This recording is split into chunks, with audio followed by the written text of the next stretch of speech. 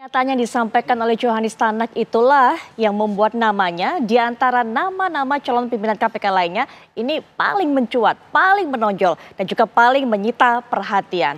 Dan saat kemudian diadakan voting pemilihan suara, saya akan bacakan bagaimana hasilnya sehingga kemudian 5 pimpinan KPK ini terpilih pada hari ini, yaitu Fitroh Rohcayanto, kemudian Johanis Tanak menjadi 2 orang yang mendapatkan voting tertinggi, suara terbanyak, sama-sama mendapatkan 48 suara. Menyusul di peringkat bawahnya adalah Setio Budianto yang juga terpilih sebagai Ketua KPK dengan raihan 46 suara.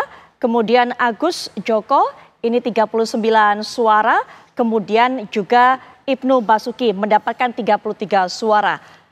Mengapa bisa Johanis Tanak yang menyuarakan ide tersebut mendapatkan suara paling banyak saat kemudian di pemungutan suara di Komisi 3 DPR. Kami juga bawa Anda untuk bisa melihat inilah pimpinan KPK terpilih periode 2024-2029.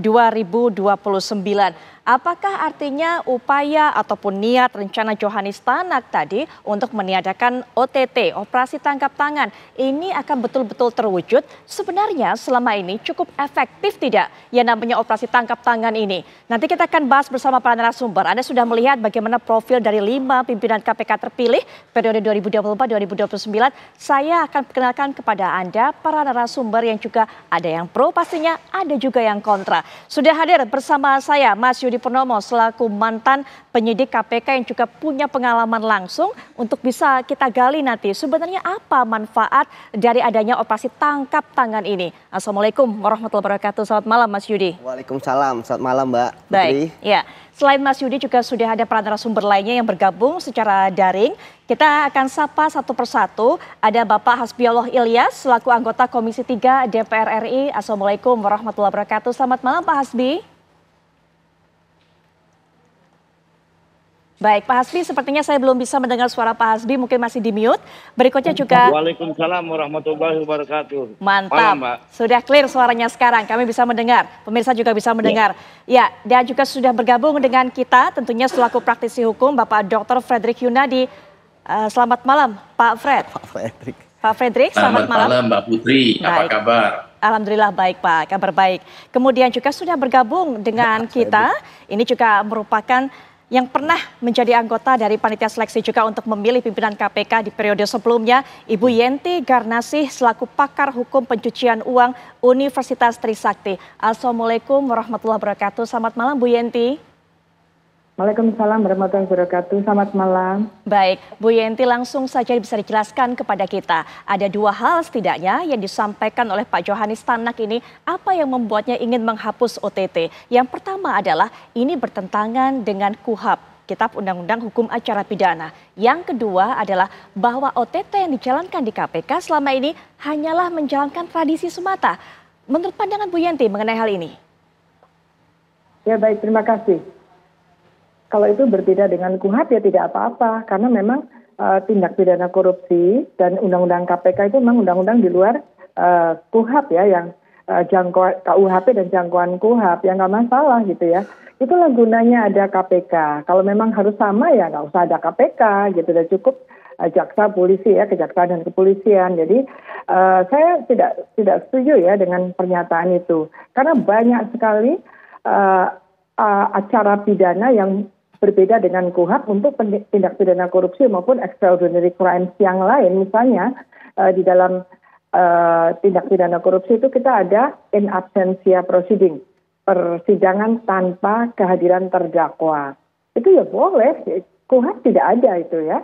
Kemudian berkaitan dengan tadi pernyataan operasi tangkap tangan itu direncanakan.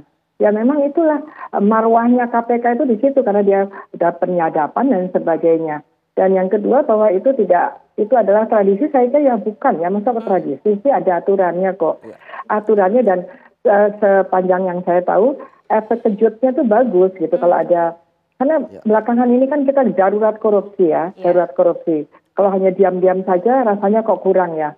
Sudahlah, negara lain, misalnya negara lain tidak membutuhkan, ya sudah silakan. Tapi negara kita itu membutuhkan hal-hal seperti itu untuk pencegahannya. Jadi mencegah itu bukan saja memberikan edukasi dan sebagainya, mencegah juga termasuk ketika ada penanganan dengan cara-cara operasi tangkap tangan. Memang kalau di dalam KUHP kan tertangkap tangan, tapi ini ada operasi. Di dalam extraordinary crimes misalnya di beberapa negara itu ada yang namanya sting operation. Jadi operasi penjebakan itu boleh ya. Bahkan narkotika ada yang namanya undercover buy. Itu juga boleh gitu ya. Itu lebih parah lagi kan, penegak hukum berpura-pura sebagai pelaku. Begitu mereka menawarkan, mereka beli narkobanya langsung ditangkap gitu, langsung tertangkap tangan. Jadi berbagai strategi penegakan hukum itu memang dikembangkan berkaitan dengan kejahatan-kejahatan yang juga semakin darurat, dan terutama kejahatan-kejahatan yang berkaitan dengan hak asasi manusia ya ini ya, karena korupsi itu sangat bertentangan atau membuat hak-hak masyarakat untuk menjadi sejahtera itu hilang. Ya. Jadi hal-hal seperti ini menurut saya betul ya, harus tetap dilaksanakan. Makanya ya alhamdulillah nggak jadi ketua gitu kan. Oke, baik. Tapi kan janjinya kalau ketua, iya. Oke, Bu Yanti mohon maaf saya potong. Jadi Bu Yanti termasuk yang kontra dengan pernyataan ataupun juga niat dari Pak Johanis Tanak ini. Tapi Bu Yanti, jika pernyataan seperti ini keluar dari seseorang yang kemarin ada dalam jabatan sebagai pimpinan KPK dan juga mengikuti lagi dan terpilih akhirnya sebagai pimpinan KPK, apakah kemudian sosok ini dinilai tidak punya keseriusan, tidak punya komitmen untuk memberantas korupsi sebenarnya?